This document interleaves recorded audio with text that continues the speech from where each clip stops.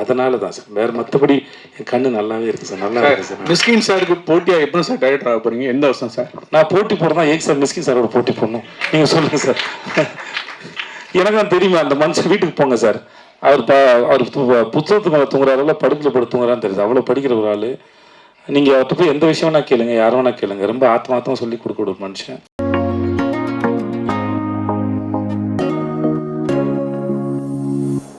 விஜய் சேவி சார், இதுக்கு முன்னால் சூப்பர் டூப்பர் ஹிட் படம் மகாராஜா பண்ணியிருக்கீங்க. கலெக்ஷனும் 100 கோடிக்கு மேலே, தரம் வயசும் அவ்வளோ பெரிய இது. அந்த படத்துக்கு அப்புறம் இந்த படம் வருது, எப்படி இருக்கு? ஒரு விடுதலை பாகம் 2 வந்ததே சார். என்ன சார் நீங்கள் எவ்வளோ பெரிய படம் சார் அது? மன்னிச்சுக்கோங்க சார். நான் நடிச்சு நான் ரொம்ப பெருமைப்படுற படம் சார். எனக்கு வந்து ஓகே சார், சார் ஒர்க் பண்ணதாக இருக்கட்டும், விடுதலை 2ஆக இருக்கட்டும், அதெல்லாம் வந்து என்னைக்காவது இப்போ வாழ்நாளில் கிடைக்கிற பாக்கியம் சில படங்கள் வந்து. ஸோ அதனால் அது எப்படி ரொம்ப நன்றி சொல்லுங்கள் சார். ஓகே சார், இந்த 2 வெற்றி படத்துக்கு அப்புறம் வரக்கூடிய படம் எப்படி இருக்குது பண்ணுங்க சார்? இது ஒரு நல்ல ஒரு கமர்ஷியல் என்டர்டெய்னர் சார். இந்த படம் ஜாலியாக இருக்கும், நான் வந்து சிரிச்சிட்டே இருக்கலாம். ஆக்ஷன் இருக்குது, ரொமான்ஸ் இருக்குது. இது எல்லா நாளும் போல் எல்லா நாளும் சாதாரணமாக தொடங்குறதில்ல. சில நாள் உங்கள் மேலே ஏதாவது ஒரு சேலஞ்சை வைக்கும். அது அந்த மாதிரி ஒருத்தவங்க திடீர்னு ஒரு நாள் வந்து ஏதோ ஒரு சேலஞ்சை வச்சு அவனை திருப்பி போடுது. சில சமயம் வந்து பொறுத்து போயிடுவோம். சில சமயம் நமக்கு பொங்கி எழணும்னு தோணும். சரி ஓகே, 7 நாள்லாம் பொறுத்து பொங்கி எழலான்னு தோணும். அது அந்த மாதிரி வேணும் ஒருத்தனுடைய ஒரு ரியாக்ஷன் கூட வச்சுக்கோங்களேன். அதுக்கப்புறம் நடக்கிறது தான் கதை. அது அவ்வளோதான் சார். ஸோ எனக்கு ஏஸ் வரதில் ரொம்ப சந்தோஷம் sir. Thank you sir. Vijay Sethupathi sir, சரிங்க. எப்படி இருக்கீங்க? நல்லா இருக்கீங்களா? நல்லா இருக்கு, நல்லா இருக்கு சார். நீங்கள் பேசுகிறப்ப சொன்னீங்க படத்தை ரிலேட்டட் தான் கேள்வி. எனக்கு சில பேரை பார்த்தா வந்து ரொம்ப பிடிக்கும், சில பேரை பார்த்தா ஏன்னே தெரியாது, நல்லவங்கள கூட அவங்க இருக்கலாம், பிடிக்காது அப்படின்னீங்க. நிச்சயமாக நிஜத்தில் அதை சொல்ல மாட்டீங்க இங்கே யாரை பிடிக்காதுங்கிறத. ஆனால் இந்த படத்தில் உங்களுக்கு யாரை பிடிக்கல கேரக்டரா? இந்த படத்தில் அவங்க கூட நடித்த கேரக்டரில் கேரக்டராக யாரை பிடிக்கல? எதுக்கு இது கதை சார்? இப்போ நான் ஒரு கவிதை சொன்னேன் சார். ரூமி அவர்களோட கவிதை சொன்ன மாதிரி, அதாவது suppose if there is no villain, ஹீரோவுக்கு ஹீரோ யாருன்னு தெரியாது சார். அதனால் வந்து அவரை பிடிக்கணும் எப்படி சொல்கிறதுனா, அவினாஷியோ நம்ம ரொமான்டிக் வில்லனையோ எப்படி பிடிக்கலன்னு எப்படி சொல்கிறது? அதனால் வந்து அவர்கள் இருக்கிறது தான் கதையை நகர்த்திட்டு போகுது. நம்ம வாழ்க்கையில் அதானே சார், பிரச்சனைகள் தானே சார் வாழ்க்கை நகர்த்துது. அதுக்கு ஸோ அதனால் பிடிக்கலன்னு அப்படி யாரும் இல்லை சார். அது மாதிரி உங்கள் 2 பேருக்குமே டைரக்டருக்கும் உங்களுக்குமான கேள்வி இது சார். இந்த ஏசுங்கிறது சீட்டாட்டத்தில் ரொம்ப முக்கியத்துவம் வாய்ந்த காடு இதுதான். ஆனால் ஒன்றுமே இல்லாத காடு இதுதான். படத்தில் அந்த மாதிரி கேரக்டராக நீங்கள் எடுத்திருக்கீங்க. ஆமாம் சார், ஒன்றுமே இல்லாத ஒரு ஆள் முக்கியமான ஆளாக மாறான் சார். டேரக்ட் சார், சார் படிக்கல சார், ஒரு நிமிஷம் சார். ஆமாம் சார், அவர் பதிலாக தான் சார். ஏன்னா அவர் கதாபாத்திரம் அவர் எழுந்து தான் நான் நடிச்சிருக்கேன். அதனால் வந்து இதான் சார். சார், இந்த படத்தினுடைய கதைக்கெல்லாம் வந்து மலேசியாவில் நடக்குது. மலேசியாவில் எடுக்கணும்னு எடுத்துருக்கீங்களா, இல்லை கதையை அங்கே தான் இயங்குதா? இல்லை சார், இது வந்து ஒரு ஃபாரின் கண்ட்ரியில் நடக்கணும் அப்படின்னு விஷயம். இப்போ மலேசியாவில் ஏன் நடக்குது அப்படின்னு கேட்டிங்கன்னா, மலேசியாவில் தான் நம்ம தமிழர்கள் இருக்காங்க. ஸோ ரிலேட் பண்ணுற மாதிரி இருக்கிறோம்னா, இப்போ தாய்லாண்டில் போனோம்னா அங்கே தமிழ் மக்கள் வாழ்கிற மக்கள் கிடையாது, ரொம்ப இதுவாக கிடையாது, அங்கேயே இருக்கிற மக்கள். ஸோ நம்ம தமிழ் ஆளுங்க வாழ்கிற நாடுன்னு பார்த்தீங்கன்னா மலேசியா இல்லைன்னா சிங்கப்பூர். ஸோ அந்த மாதிரியான ஒரு ஊரில் இந்த கதை நடக்கணும் அப்படின்னு சொல்லி டிசைட் பண்ணோம். அதனால் மலேசியா பெட்டராக இருந்ததுன்னு அதை பண்ணோம் சார். ஹீரோ ஏன் சார் இதனுடைய அடையாளத்தெல்லாம் அழிச்சிட்டு போகிறாரு? அடையாளத்தை அழிச்சிட்டு போகிறாரா? அதுதான் சார் இந்த படத்தில் சொல்கிறோம். எதுக்கு அடையாளத்தை அழிச்சிட்டு போகல சார். இந்த பழைய அடையாளம் வேணால், நம்ம வந்து அடையாளத்தை அழிக்கல, நம்ம வேறு அடையாளத்தில் இருக்கலான்ட்டு இந்த ஊருக்கு வர்றாரு சார் அவர். அந்த படத்துக்கு பப்ளு எப்படி சார் தேர்ந்தெடுத்தீங்க? ஹீரோ சொல்லி தேர்ந்தெடுத்தீங்களா, இல்லை நீங்களாவே தேர்ந்தெடுத்தீங்க? இல்லை, நானாவே தான் சார் தேர்ந்தெடுத்தேன். நன்றி நன்றி.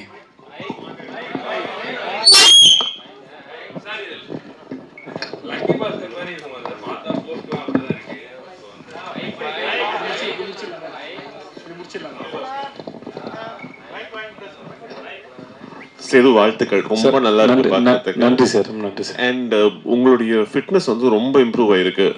அவர் வந்து சொல்லும் போதும் சொன்னாரு ரொம்ப டிசிப்ளின்டா வந்து ஒர்க் அவுட் பண்ணீங்கன்னு. டிப்ஸ் ஷேர் பண்ணுவீங்களா ப்ளீஸ்? வெயிட் லாஸுக்கு, ஃபிட்னஸுக்கு என்னென்ன பண்ணீங்க அப்படிங்கிறத பற்றி கொஞ்சம் டீட்டெயிலாக சொல்லுங்களேன் சார். ஆக்சுவலாக ஒர்க் அவுட் பண்ணேன் சார். அப்புறம் ஆமாம் ஜிம் போனேன். ஆமாம் சார், யார் மேலே சார் சத்தியம் பண்ணணும்?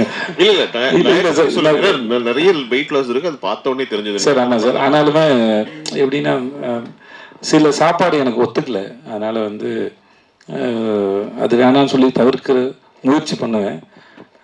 ஒரு 70% ஜெயிச்சிருவேன் முயற்சியில், 30% தோற்று போகும்போது சாப்பிட்ருவேன் சார். இவ்வளோ தான் சார், வேறு ஒன்றும் இல்லை சார். என்ன டைம் பீரியட் ஆச்சு உங்களுக்கு இந்த வெயிட் லூஸ் பண்றதுக்கு? எத்தனை கிலோஸ் லூஸ் பண்ணியிருக்கீங்க? ஏன்னா அதெல்லாம் செக் பண்ண மாட்டேன் சார், ஏன்னா செக் பண்ண டிப்ரெஸ் பண்ணும் சார்.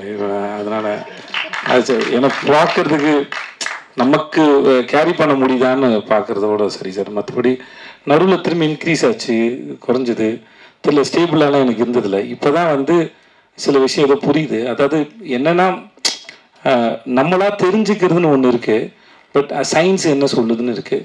ஸோ சயின்ஸ் என்ன சொல்லுதுன்னு கேட்டு தெரிஞ்சுக்கிட்டு சில விஷயங்களை பண்ணுறேன், அவ்வளோதான். அதாவது சயின்ஸ் என்ன சொல்லுதுன்னா முதல்ல வந்து இதெல்லாம் தவிர்க்கலாம் பண்ணலாம் அப்படின்றது அப்படி இல்லை. ஒரு ஒரு உடம்பும் ஒரு தனி உடம்பு தான், அதனால் அதுக்கு என்ன தேவையோ அதை தான் எடுத்துக்கணும் அப்படின்னு சொல்லும்போது அது கொஞ்சம் ட்ரை பண்ணி பார்க்குறேன் சார். ஸோ வேறு ஒன்றும் இல்லை சார்.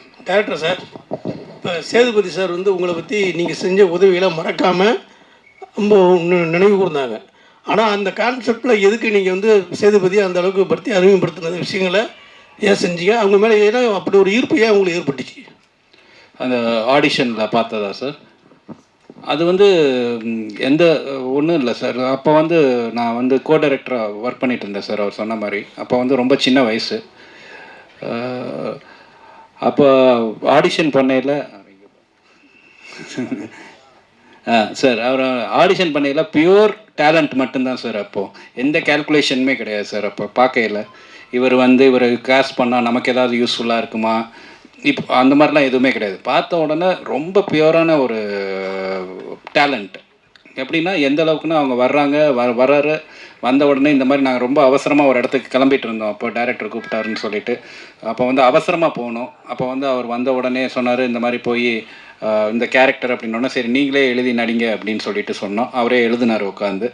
எழுதிட்டு அப்போ எனக்கு நல்லா ஞாபகம் இருக்குது, வேகமாக கீழே ஓடி போய் ஒரு அந்த 2 ரூபா ஜெல்லு கிடைக்கும். அப்போது 12 ரூபாய் அது சரி 12 ரூபா ஜெல்லு இருக்கும். அது அந்த 12 ரூபா ஜெல்லு வாங்கிட்டு வந்து, எனக்கு தெரில விலை தெரில, அப்போது வாங்கிட்டு வந்து பாத்ரூமில் இருந்து அந்த இதில் போயிட்டு அங்கே ஒரு இதில் ஃபுல்லாக ஜெல்லெல்லாம் தடவி ஃபுல்லாக வலிச்சு சீவி அந்த கேரக்டரை வந்து நான் யதார்த்தமாக அப்படியே உள்ளே போய் பார்க்குறேன். அப்போ வந்து நடித்து பார்த்துக்கிட்டு இருக்காரு கண்ணாடியில், அந்த ஜெல்லெல்லாம் போட்டு. எனக்கு பயங்கர ரொம்ப ஆச்சரியமாக இருந்துச்சு. அது அந்த ஆர்வம் அது தெரில, அது ரொம்ப ஆச்சரியமாக இருந்துச்சு. இதை தாண்டி அந்த நடித்த விதம் வந்து அதை ஜஸ்டிஃபை பண்ணிச்சு. எல்லாரும் எஃபர்ட் போடுறாங்க, ஆனால் அந்த எஃபர்ட் ஃபுல்ஃபில் ஆகுமான்னு தெரியாது. ஸோ அந்த டேலண்ட் தான் நம்மளை இம்ப்ரெஸ் பண்ணுது. ஸோ ஒவ்வொரு தடவையும் வந்து நான் செட்டில் நீங்கள் நடிக்கையில்னு நினைக்கிறேன். அப்போ நடிக்கையில் வந்து ஃபஸ்ட் டைம் ஆர்டிஸ்ட்டு எந்த இது யாரும் வந்து பண்ண தேவையில்லை. அப்போ யூனிட்டில் எல்லோரும் வந்துட்டு கை தட்டுறாங்க அந்த இடத்துல ஒரு சீன் நடிக்கையில். அப்போது அந்த டேலண்ட்டு தான் சார், வேறு ஒன்றுமே காரணம் கிடையாது. அந்த டேலண்ட்டுக்கான மரியாதை தான், வேறு ஒன்றுமே இல்லை சார். Mr. Vijay Sethupathi. சொல்லுங்கள் sir. Yeah. Love the trailer and it looks fantastic. I can't wait to watch the film. You've done a great job. Just wanted to check something besides the film. Did you guys explore Malaysia and how is it? And also, what are your other travel destinations? Do you get time with your busy schedule? Do you go to some countries when you take out time for your vacations? Mr. Vijay, yes. Please. Malaysia ரொம்ப அழகான நாடுங்க, ரொம்ப அழகான நாடு. நாங்கள் ஈப்போன்னு ஒரு இடத்துல போய் இறங்கினோம். அந்த இது ரிட்டையர்மெண்ட் சிட்டி மாதிரி இருந்தது, ரொம்ப அமைதியாக இருந்தது. ஒரு நாள் வந்து என்னடா ஊரே இவ்வளோ அமைதியாக இருக்கு, இந்த ஹெட்மாஸ்டர் கிளாஸ்கில் வந்தா இருக்கும் அந்த மாதிரி அமைதியாக இருந்தது ஊரே. ஆனால் போக ரொம்ப பிடிக்க ஆரம்பித்தோம். அதுவும் அந்த ஊர் ஈப்போ சரி, தாய்பிங்க சார், டைப்பிங் போனோம் நாங்கள். அந்த ஊரும் சரி ரொம்ப பிடிக்க ஆரம்பிச்சிச்சு. அப்போ ஆமாம் கோலாசை பார்த்தாவா, ஓகே, அந்த ஊர் ரொம்ப பிடிச்சிருந்தது. அந்த மக்கள்லாம் ரொம்ப அன்பாக இருந்தாங்க. அப்புறம் நம்ம மனிதர்கள், நம்ம மொழி பேசக்கூடிய நம்முடைய மக்களை நிறைய பேர் பார்க்கும்போது இன்னும் வந்து ஒரு வெளிநாட்டில் இருக்க ஒரு ஃபீலே இருக்காது ஆல்மோஸ்ட். அது அவ்வளோ பிடிச்சிருந்த. அப்புறம் சைனீஸ் ஒரு மார்க்கெட்லாம் போனோம். நாங்கள் நிறைய ரோட்லலாம் ஷூட் பண்ணியிருக்கோம். யாரும் எதுவும் எந்த போஸ்டும் பண்ணதில்லை, யாரும் தொந்தரவு நினச்சதில்லை. இந்த கோலாசை பார்த்தா அப்படிங்கிற இதுலேருந்து அவங்க அது ஒரு சின்ன கிராமம் மாதிரி, மீனவர்களுடைய கிராமம் மாதிரி. அங்கே சைனீஸ் அவ்வளோ பேர் இருக்கிறாங்க, ஆனால் வெரி கோஆப்ரேட்டிவ், ரொம்ப அன்பான மக்களாக இருந்தாங்க. இந்த படத்துக்கு நாங்கள் அப்புறம் கேலில் கொஞ்சம் ஷூட் பண்ணோம். பட் ஆனால் எனக்கு இந்த ஈப்போலையும் தைப்பேங்லையும் ஷூட் பண்ணது ரொம்ப பிடிச்சது. கேல் பிடிச்சிருந்தது, பட் இது ரெண்டும் ரொம்ப பிடிச்சிருந்தது எனக்கு. ஸோ மற்றபடி நான் ஜென்ரலாக அவ்வளோவா ட்ராவல் பண்ணக்கூடிய ஆள் இல்லை. ஏன்னா ஷூட்டிங் போகிறது அது ஒரு தனி அனுபவம். இப்போ நீங்கள் வேறு எங்கேயாவது ஒரு இடத்துக்கு போனீங்கன்னா கூட அங்கே போயிட்டு ஒரு மணி நேரம் 2 மணி நேரம் இருந்துட்டு நீங்கள் வந்துடுவீங்க. நாங்கள் அப்படி இல்லை. ஒரு இடத்துக்கு போகிறோம். இப்போ நான் வாகமனில் ஷூட் பண்ணிட்டேன். உள்ளே ஒரு ஃபாரஸ்ட்குள்ளே ஷூட்டு வெப் சீரிஸ்க்கு. நாங்கள் க்ரூ மெம்பரோட எல்லாரோடையும் போய் அங்கே உட்காந்து ஒரு 4 days இருக்கிற ஒரு இடத்துல ஒரு 4 நாள் இருந்து தங்கி அந்த இடத்த அனுபவிக்கிற சுகம் இருக்கு இல்லையா, அது எங்களுக்கு ரொம்ப நிறையாவே கிடைக்குது. நான் ஒரு லொக்கேஷன் போகும்போதும் அதை விட்டுட்டு வரும்போது அது எந்த ஊரோ எந்த மொழி பேசுகிறதோ இல்லை எந்த நாடோ எதுவானா இருக்கட்டும், ஆனால் அந்த இடத்துல கொஞ்ச நாள் எடுத்துகிட்டு போகும்போது எனக்கு அது மிஸ் பண்ணுற ஃபீல் கண்டிப்பாக இருக்கும் அது. ஸோ எங்களுக்கு ஜென்ரலாக ட்ராவல் பண்ணுறத விட ஷூட்டிங் போகிற எங்களுக்கு வந்து அந்த அனுபவம் ரொம்பவே நல்லா இருக்கும்னு நான் நம்புகிறேன்.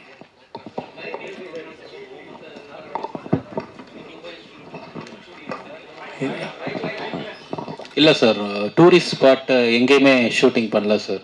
டூரிஸ்ட் அட்ராக்ஷன் ஸ்பாட் அப்படிங்கிற மாதிரி எந்த இடத்துக்குமே போகல. அங்கே லைஃபாக என்ன இருக்கோ, market, roads, Chinese places, India, little India, இந்த மாதிரியான.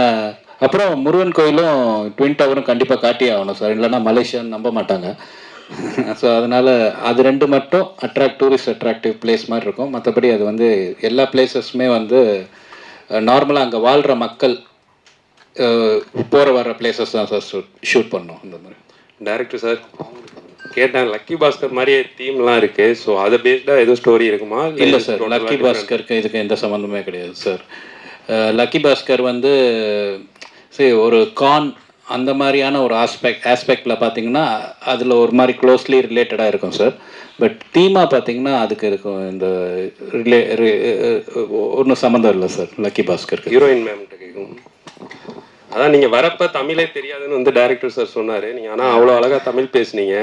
படத்தில் வந்து தான் தமிழ் லேர்ன் பண்ணிக்கிட்டீங்களா இல்லை முன்னாடியே தமிழ் தெரியுமா? இல்லை படத்தை ஷூட் பண்ணும்போது I think I got a little more practice. நீங்கள் பாருங்கள், இப்போ 30% தமிழ் தான், everything else is Tanglish. But like I was saying, shoot timing la ellarum romba support kuduthirukanga. ADs ellarum ukandettu everyone has 100 different things to do, but everyone from Vijay sir, Aru sir, everyone sat with me. Konjam sila samayam oru new language la we don't know where to put the pauses, emphasis enga varano theriyadu. So and the chinna chinna vishayatla ellarum romba support kuduthirukanga. So ipo I've got 30% because of this. Hopefully going forward maybe 50-60% one day. இல்லை first படம் விஜய் அண்ணாவோட எப்படி feel பண்ணீங்க, அதை பற்றி கொஞ்சம் share பண்ணுங்கள். அப்புறம் வந்துட்டு தமிழில் வந்து அடுத்து உங்களுக்கு லைனப்பில் எவ்வளோ படம் இருக்குது? ஏன்னா நீங்கள் நிறைய பேர் சொன்னாங்க நிறையா படம் உங்களுக்கு வரிசையாக இருக்குது அப்படின்னு சொல்லி. ஸோ அதை பர்டிகுலராக கேட்கணும். ஸோ உங்கள் முதல் question, working with Vijay sir was amazing. I have always admired his work and ஒரு audience மெம்பரான what we see, obviously that I have always had great admiration for, but in the shooting process I got to see a little bit of how sir approaches a character, how he uses improvisations. ஒரு லைன்ல எப்படி சொல்லணும், எப்படி அது breakup பண்ணிட்டா அது meaning கொஞ்சம் change ஆகிடும், how you can get all those smaller nuances. So as an artist it was like ஒரு மாஸ்டர் கிளாஸ் மாதிரி. ரொம்ப நல்லா இருந்தது. I've learned a lot. இப்போ தமிழ் இண்டஸ்ட்ரியில் my next film is Madrasi. Vijay sir, இந்த படத்துக்காக நீங்கள் என்ன ஹோம் ஒர்க் பண்ணீங்க? கார்ட்ஸ் ஏதாவது ரியல் லைஃப்பில் விளையாடுவீங்களா? சொல்லுங்கள். ரம்மி விளையாடுவேன். மற்றபடி அங்கே இருக்க கார்ட்ஸ் எனக்கு அது விளையாட தெரியாது. எனக்கு தெரியாது. இதில் ரம்மி டெய்லி விளையாண்டு ப்ராக்டிஸ் பண்ணி. Music director sir Vijay. யார்? நாகராஜா? இந்த மாதிரிலாம் கேள்வி ஒன்றா மட்டும் தான்டா கேட்க முடியும். இல்லைடா, அது ஆக்சுவலாக அந்த சீனில் அது வச்சோன்னே என்ன மாதிரி யாருக்குன்னு கேட்டோன்னே அது யோகி பாபு சார் கொடுத்த கமெண்ட். அவரையும் சொன்னார், சிவாவையும் சொன்னார், இன்னொரு ஹீரோயின் சேர்த்து சொன்னார். அது படத்தில் இருக்குன்னு இருக்கா அப்படி சொன்னார். இல்லை இவர் மாதிரி இருக்குல்ல, அவர் மாதிரி இருக்குன்னு சொன்னாப்புல. சார் 3 பேர் சொன்னார். 3 பேர் சொன்னார். அவரோட டைமிங் தான் அது, வேறு ஒன்றும் இல்லை. ஓகே தானா? வேற கேள்வி இருக்கா சார்? மியூசிக் டைரக்டர் சார் எதிர்பார்க்குறாரு அவர். சார் ஒரு நிமிஷம் இருங்களேன் ஐயா, நாகராஜ் கேள்வி கேட்டிருக்கான்.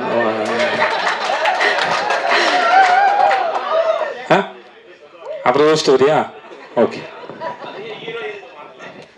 என்ன சார் கேள்வி இங்கே ஒரு கேள்வி வந்துருச்சு சார். சார் ரொம்ப மைக் வச்சுட்டு இருக்கா sir. Sir music director sir, ஒரு படத்தில் வந்து பாட்டுகள் எடுக்கும்போதும் ரீரெக்கார்டிங் அவங்களே தான் பண்ணுவாங்க.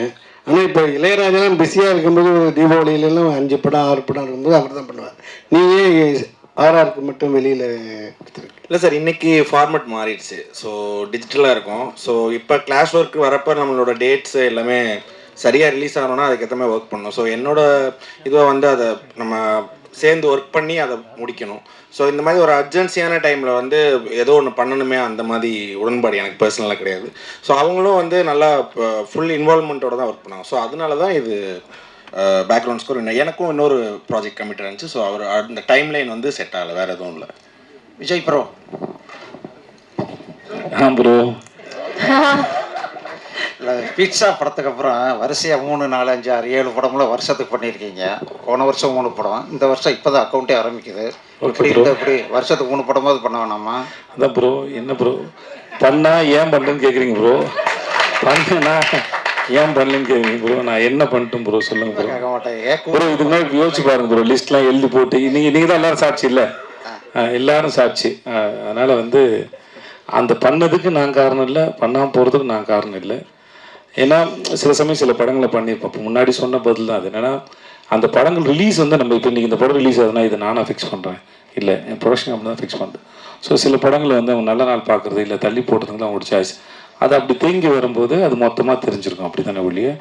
மற்றபடி நான் வழக்கமாக என்னுடைய வேலைகளை செஞ்சுக்கிட்டு தான் இருக்கிறேன். ரிலீஸை வந்து ப்ரொடக்ஷன்ஸ் பிளான் பண்ணுறாங்க, அவ்வளோதான், வேறு ஒன்றும் இல்லை. Okay bro. விஜய் சேவி சார், நீங்கள் இந்த வர்ணம் படத்தை பற்றி பேசுனீங்க, அவர் ஹெல்ப் பண்ணாருன்னு. அது வந்து எப்போமோ அந்த படம் நடுவில் பக்கத்துக்கு காணும் சொன்னீங்க, நன்றி இதை பற்றி சொன்னீங்க. அதே மாதிரி நீங்கள் நிறைய பேருக்கு, தயாரிப்பாளருக்கு, நடிகர்களுக்கு, கேமராமேனுக்கு எல்லாம் நிறைய வாய்ப்பு கொடுத்துப்பீங்க. அவங்களாம் நன்றியோடு இருப்பாங்களா? அவங்க அப்படி இல்லாமல் இருக்கும்போது உங்கள் மனநிலை எப்படி இருக்கும்? 2 நாள் முன்னாடி ஒரு இன்டர்வியூவில் எனக்கு கேள்வி கேட்டாங்க, மற்றவங்க நம்மளை யூஸ் பண்ணிக்கும்போது நீங்கள் என்ன நினைக்கிறீங்க கேட்டாங்க. சரியாக தெரிஞ்சால் நல்லா யூஸ் பண்ண முடியும் என்ன அப்படின்னு சொல்லியிருந்தேன். ஸோ அதே போல் தான் இது. மற்றபடி சார் இப்போ யாருக்காவது எதையாவது இப்போ இவர் எனக்கு ஒரு உதவி பண்ணாருன்னு வச்சுக்கோங்களேன், இவன் நாளைக்கு வந்துடுவான், இவனை வச்சு படம் பண்ணான்னு நினச்சி பண்ணுறதில்ல. அந்த நேரத்தில் தன்னுடைய தொழிலுக்கு சரின்னு எதையோ அதை அவர் செஞ்சார் ஒழிய இந்த இவனுக்கு வாய்ப்பு தரணுங்கிறதுக்கு அவர் அது பண்ணல. ஆனால் அந்த பலனை அடைஞ்சவன் நான், என்கிட்ட நன்றி விசுவாசம் இருக்குது. நான் அதை திருப்பி செலுத்துவதற்கு காலம் எனக்கு ஒரு சந்தர்ப்பம் வழங்குது. அதுவும் நான் சும்மா ஓகே எது வேணால் பண்ணலாம் ஆறுமுகத்தோடுன்னு பண்ணல. என் தொழிலுக்கு சரின்னு படுற இந்த கதை நல்லா இருக்குது, இது சரியாக பண்ணுவான்னு நினச்சி. ஸோ அந்த காலம் அந்த தொழிலுக்கான நியாயங்கிற தராசில் வச்சு தான் அது 2 பேரும் ஒருத்தருக்கு ஒருத்தர் பரிமாறிக்கிட்டோமே ஒழிய இது கிடையாது. ஸோ பட் ஆனால் எனக்கு அன்னைக்கு தேதிக்கு அந்த வேலை எவ்வளோ பெரிய வேலை செஞ்சதுன்னு இருக்குல்ல இவர் செஞ்ச. ஏன்னா அது வந்து எப்படின்னா யாருடைய பார்வையாவது நம்ம மேலே விழுந்துடாதா அப்படிங்கிற ஒரு ஏக்கத்தோடையே அது தெரிகிற ஒரு காலகட்டம் தான். ஓகே, அந்த மாதிரி ஒரு சந்தர்ப்பத்தில் காலம் சரியாக கணிஞ்சு வரும்போது ஒருத்தர் வந்து உங்களுக்கு வந்து ஓகே நீங்கள் இங்கே எடுத்துருந்தீங்க, ஓகே இதுக்கப்புறம் இந்த சீட்டுக்கு நான் வந்து போங்க அப்படின்னு சொல்கிறாங்க. அந்த நிகழ்வு என் வாழ்க்கையில் இவருக்கு சாதாரணமாக இருக்கலாம். நம்மளும் இப்போ நீங்களோ நானோ இங்கே இருக்க எல்லாருமே வந்து சாதாரணமாக வரும்போது நம்ம யாருக்கோ ஒருத்தருக்கு ஒரு சின்னதாக ஒரு வேலை செஞ்சுருப்போம். அது அவர்கள் வாழ்க்கையில் என்ன பண்ணுது, மெய்யழகன் படத்தோட கதையை போல தான். அரவிந்த் சாமி சாரோட ஃபேமிலி ஒரு சைக்கிளை கொடுத்துட்டு போனதில் ஒரு குடும்பம் வந்து எவ்வளோ பெருசாக கட்டத்துக்கு நான் வந்து போச்சுங்கிறது இல்லையா. அவங்க கொடுக்கும்போது இந்த வச்சு சைக்கிளை வச்சு வாழ்க்கையில் முன்னேறுப்பா அப்படின்னு கொடுக்கல. பட் அந்த சைக்கிள் வச்சுட்டு அந்த குடும்பம் எப்படி முன்னேறினாங்கிறது அவங்களுடைய தனிப்பட்ட உழைப்பு தான் காரணம். அதே போல் தான் பெறுகிற உதவியோ இல்லை இந்த மாதிரி செயல்னால கிடைக்கிறத வச்சு நம்ம எப்படி வரோங்கிறது தான் இருக்குது. பட் இருந்தாலும் ஸ்டில் எனக்கு இன்னமும் அது இருக்குது, அது உள்ளே இருக்குது. அது இன்னமும் என்னை வந்து அதான் சொன்ன உயிர்ப்போடு இருக்க வைக்குது அது. ஸோ அதுக்கு என்றைக்குமே நன்றி கடன் பட்டிருக்குன்னு சொல்லுவேன். என்ன வேணால் நடக்கலாம், எனக்கு அவருக்கு சண்டைகள் வரலாம், மிஸ் அண்டர்ஸ்டாண்டிங் வரலாம், அது வேறு ஒரு சம்பத்தினால் நிகழ்வது. நான் துபாயில் வேலை போது என்னோடய பாஸ் சொன்னார், உனக்கும் இன்னொருத்தருக்கு சண்டை வருதுன்னா அது 2 உடம்புக்கான சண்டை இல்லை, ஒரு விஷயத்தை பற்றின சண்டையை ஒழிய அது தனி மனுஷனுக்கானது இல்லை அப்படின்னு சொல்லுவோம். அது எனக்கு ரொம்ப முக்கியமான பாடமாக நான் நினைக்கிறேன். அந்த மாதிரி மிஸ் அண்டர்ஸ்டாண்டிங் வரலாம், சண்டை என்ன வரலாம். பட் ஆனால் அவரால் நான் பெற்ற பலன், என் வாழ்க்கையில் நடந்த மாற்றங்கள் வந்து யாரும் மாற்ற முடியாது. ஒருவேளை இதெல்லாம் கடவுள் தான் பிளான் பண்ணி செய்கிறாருன்னா அந்த கடவுள் எனக்கு பிளான் பண்ணி அனுப்பின ஒரு ஆளாக அவர் பார்க்குறேன். ஓகே, இந்த வேலையை இவர் செய்யுங்கன்னு சொல்கிறாங்க. ஸோ அப்படி தான் பார்க்குறேன் சார். நன்றி சார். உங்களுக்கு தான் கேள்வி. இது வரைக்கும் இல்லை உங்களுக்கு தான், நமக்கு தான். இது ஆமாம், இது வரைக்கும் எந்த ப்ரெஸ் மீட்லேயும் எப்போவுமே கண்ணாடி போட்டு நாங்கள் பார்க்கவே இல்லை உங்களை.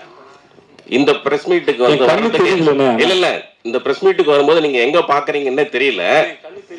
கண்ணாடி பாருங்க, கண் நல்லா. ஒருவேளை மிஸ்கினுக்கு போட்டியா வந்துட்டு கிளாஸ் போடுறதுக்கு ஆரம்பிச்சிருக்கீங்க. ஏன்னா அவரோட ட்ரெயின் படத்துக்கு மிஸ்கின் சாருக்கு போட்டியா போடுறதும் டேரக்டர் தான் சார் ஆகணும். கண்டிப்பாக கண்ணாடி போட்டால் மிஸ்கின் ஆக முடியாது சார். அதனால நான் கூட வேலை செஞ்சுருக்கேன்.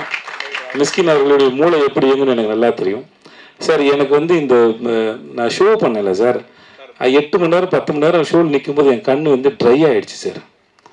அப்புறம் வந்து அதனால் இது என்ன சொல்லுவாங்க, ஐயோ ஹைடாப்ஸ், அது என்ன பேர் சொல்லுவாங்கடா, லூப்ரிகன்ஸ் தேவைன்னு சொல்லுவாங்க. அதனால் அது போட வேண்டியதாக இருந்தது. இப்பயும் ப்ரெஸ்க்கு வரும்போது ரொம்ப நேரம் பட்டனால சீக்கிரம் ட்ரை ஆகிடுது. அதனால தான் சார். வேறு மற்றபடி என் கண்ணு நல்லாவே இருக்குது சார். நல்லா இருக்குது சார். மிஸ்கின் சாருக்கு போட்டியாக எப்போ சார் டைரக்டர் ஆக போகிறீங்க? எந்த வருஷம் சார்? நான் போட்டி போடுறதா ஏன் சார் மிஸ்கின் சாரோட போட்டி போடணும்? நீங்கள் சொல்லுங்கள் சார். எனக்கு தான் தெரியுமா, அந்த மனுஷன் வீட்டுக்கு போங்க சார்.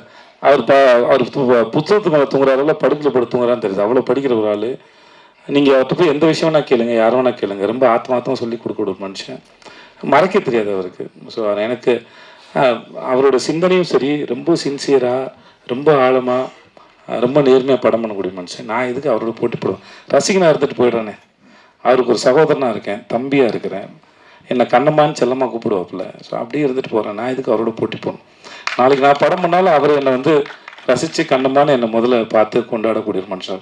கடைசி வருஷம் ஒரு படத்தை பார்த்து அவருக்கு என்ன சார் இருக்குது, விசாரணை ஒரு படத்துக்கு அவர் ஏன் சார் இப்போ சமுத்திரகுணி சார் சொன்னார்ல, அவர் நிஜமாகவே சினிமாவை அவ்வளோ உண்மையாக ரொம்ப நேர்மையாக நேசிக்கூடிய ஒரு மனுஷன் அவர். அது பேசுறதுக்கு முன்ன பொண்ணு புரிஞ்சிக்கப்படலாம் மொழியே. அவர்கிட்ட அந்த மாதிரியான எந்த விதமான யாரையும் இறக்கி பேசணுங்கிற எண்ணமே இருக்காது. ஏன்னா தன்னுடைய படம் இப்போ இங்கே வரோம், இன்றைக்கி உட்காந்து பேசணும்னா என்னென்னா, எங்களோட படம் ரிலீஸ் ஆகுது, நீங்கள் தான் எங்களோட படத்தை கொண்டு போய் மக்கள்கிட்ட கொண்டு போய் சேர்க்க முடியும். கொண்டு போய் சேர்க்க வேண்டிய வேலை இருக்குது. நாங்கள் பேசுகிறோம். சம்மந்தமில்லாத வேறு ஒருத்தர் படத்தை இங்கேருந்து போய் மணிகண்டன் போய் பார்த்து உட்காந்து சந்தித்து அதை பேசி படம் பார்த்து ஒரு வீடியோ எடுத்து போட வேண்டிய அவசியம் அவருக்கு என்ன இருக்க போகுது? அற்புதமான மனிதர் நான் சந்திச்சதில்ல. Okay, thank you sir. Director sir, ஒரு கேள்வியிலே 3 கேள்வி நான் தான். என்னன்னா, ஃபஸ்ட்டு இந்த உங்கள் பாட்டு உருகுது பாட்டு ஒரு 75 லட்சத்தை தாண்டி போயிட்டு இருக்குது. அந்த மியூசிக் டைரக்டரில் பக்கத்தில் உட்காந்து நீங்கள் வேலை, அவர் பிரமாதமான மியூசிக் டைரக்டர், அது விஜய் சேதுபதி சாரே சொன்னார். ஆனால் நீங்கள் உட்காந்து வேலை வாங்கினதுனால தான் அப்படியா? படத்துலையும் வேறு பாட்டு அதிகம் இல்லைன்னு சொன்னீங்க. அது ஒரு கேள்வி. அடுத்தது, ஒரு படத்தில் வில்லன் நல்லா இருந்தால் தான் ஹீரோ டெப்த்தாக காமிக்க முடியும். அதனால தான் அவினாஷும் பப்ளும் தேடி பிடிச்சி போட்டிருக்கீங்களா? அது ஒரு கேள்வி. இது எல்லாத்துக்கும் மேலே 10 அசிஸ்டண்ட்டை மேடல் நிறுத்துனீங்க. இப்போல்லாம் 4 அசிஸ்டன்ட் வச்சுருந்தாலும் 2 லேடி அசிஸ்டன்ட் வச்சுக்கிறாங்க நம்ம டைரக்டருங்க. நீங்கள் ஏன் பெண்களுக்கு முக்கியத்துவம் கொடுக்கலையா? நீங்கள் தான் ப்ரொடியூசரும் கூட. 3 கேள்விக்கும் பதில் சொல்லுங்கள். நன்றி சார். மியூசிக் டைரக்டர் வந்து இந்த பாட்டு வந்து ஒரு 4 எத்தனை பாட்டு போட்டோம் இதுக்கு? நிறைய பாட்டு போட்டோம் சார். இது எப்படின்னா, இந்த பாட்டு உருகுது பாட்டு வந்து ஃபஸ்ட்டு போடவே இல்லை சார். ஒரு பாட்டு போட்டு எடுத்துகிட்டு போய் மலேசியாவில் வந்து அந்த பாட்டுக்கு ஷூட் பண்ணோம் சார். அந்த மாண்டாஜ் சாங் தான் ஃபுல்லாக. அந்த பாட்டு போட்டுக்கிட்டு இருக்கையிலே இன்னொரு பாட்டு கையில் இருந்தது சார். அப்போ அவங்க டான்ஸ் கொரியோகிராஃபர் வந்து லீலாவத்தின்னு அவங்க வந்திருந்தாங்க. அவங்களுக்கே கன்ஃபியூஷனாக இருக்கும் நமக்கு எந்த பாட்டு போட்டோன்னு. அதுக்கப்புறம் அந்த மாண்டாஜை எடுத்துகிட்டு வந்து இங்கே போட்டு காட்டி அதுக்கப்புறம் கம்போஸ் பண்ணி அதை இது எழுதின சாங் தான் சார் உருகுது. ஸோ அது அவர் பண்ணது தான். ஆனால் நான் கொஞ்சம் ஸோ இந்த மாதிரி தான் அதோட ப்ராசஸ். ஸோ அது ஒன்று. ரெண்டாவது நான் சார் சொன்னீங்க. ரெண்டாவது இல்லை சார், யாரும் இல்லை சார், ஓடிட்டாங்க. நான் கொஞ்சம் டார்ச்சர் பண்ணுறேன்னு சொல்லிட்டு பசங்கன்னா கொஞ்சம் தாங்குறாங்க சார். அது அவங்க ஒரு 2-3 பேர் இருந்தாங்க. அதுக்கப்புறம் அவங்க ரொம்ப நான் ரொம்ப வேலை வாங்குறேன், ரொம்ப இது பண்ணுறேன்னு சொல்லிட்டு போயிட்டாங்க சார். படம் தான் வேற எந்த சார்.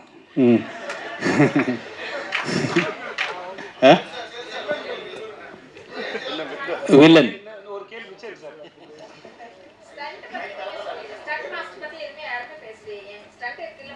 ஆமாம், அதான் நீங்கள் தப்பு தான் வேணும். இதை ஸ்டண்ட் மாஸ்டர் வந்து ஒரு மாஸ்டர் வந்து மலேசியா டீம் வந்து ரிக்கி மாஸ்டர்னு சொல்லிட்டு அவங்க வந்து மலேசியன் டீமு. இன்னொரு மாஸ்டர் வந்து ஜேம்ஸ்ன்னு சொல்லி அவங்க ஒரு சைனீஸ் ஸ்டண்ட் மாஸ்டர். இன்னொன்று வந்து தினேஷ் உப்ராயன், அவர் தான் ஃபைனல் கிளைமேக்ஸ் ஃபைட் பண்ணார். நான் உண்மையிலே சொல்லியிருந்துருக்கணும், ரொம்ப மை பேட், என்னோட தப்பு தான். ஏன்னா அந்த ஃபைட் வந்து தினேஷ் பண்ண ஃபைட் வந்து ரொம்ப எக்ஸ்ட்ராடினரி கொரியோகிராஃபி. இன்னொன்று வந்து நம்ம இவர் டான் அசோக் மாஸ்டர் ஒரு ஃபைட் பண்ணார். ஸோ அதான் தப்பு தான். நான் அந்த இப்போ சொல்லிட்டாங்கன்னு நினைக்கிறேன் ma'am. Thank you so much. And மீண்டும் பிரஸ் அண்ட் மீடியா நண்பர்கள் எல்லாருக்குமே ஒரு பெரிய நன்றி. காஸ்ட் அண்ட் குரூக்கு ஒரு பெரிய சார். No problem. எல்லா இடத்துலையும் சார், எல்லா இடத்துலையும் சார். இல்லை சார், நான் அங்கேயும் இல்லைன்னு சொன்னேன், எங்கேயுமே இல்லை சார். இல்லை சார், ஓகே, எங்கேயுமே சார். எப்பவுமே பொதுமக்கள் வந்து சார் அவங்களுக்கு மூல தேவையில்லை சார், வந்து நம்மளோட ஃபோட்டோ எடுத்து நம்மளை சந்திக்கணும். நம்ம சந்திக்க வருது பேரன்பு தானே சார், அதை ரிசீவ் பண்ணுறதுல ஒன்றும் இல்லை சார். அதனால் எப்பவுமே அது சந்தோஷம் தான் சார். ஏன்னா இல்லை சார், மலேசியாவிலன்னு சொன்னால் மலேசியாவில் படத்தை பற்றி பேசிகிட்டு இருக்கோம் சார். நல்லா சொல்கிறேன் சார், வேற ஒன்று. ஏன்னா மலேசியா பற்றி அவங்க கேட்டாங்க சார், அதனால் அதை பற்றி சொன்னேன் சார்.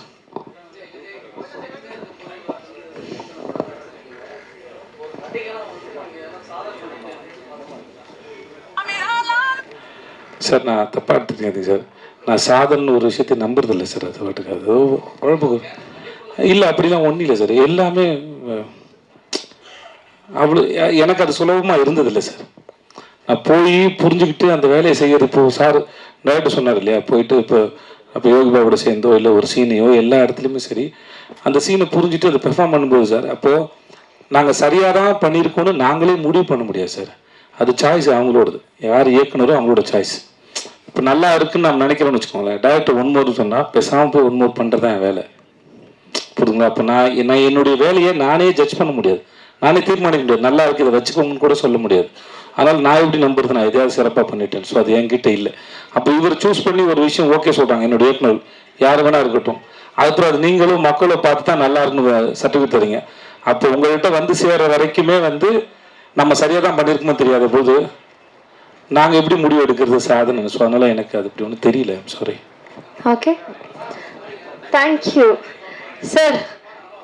அது வந்து அது எப்படி நீங்கள் முடிவு பண்ணலாம், அதே மாதிரி மக்கள் முடிவு பண்ணிட்டு நான் என்ன பண்ணுங்கிறத நானே சொல்லிக்கிறது செல்ஃப் டப்பா சார். வேணாம் சார் அது. Thank you sir. நன்றி. வந்துருந்தவங்க அத்தனை பேருக்கும் ரொம்ப ரொம்ப நன்றி. Thank you so much. தேங்க்யூ.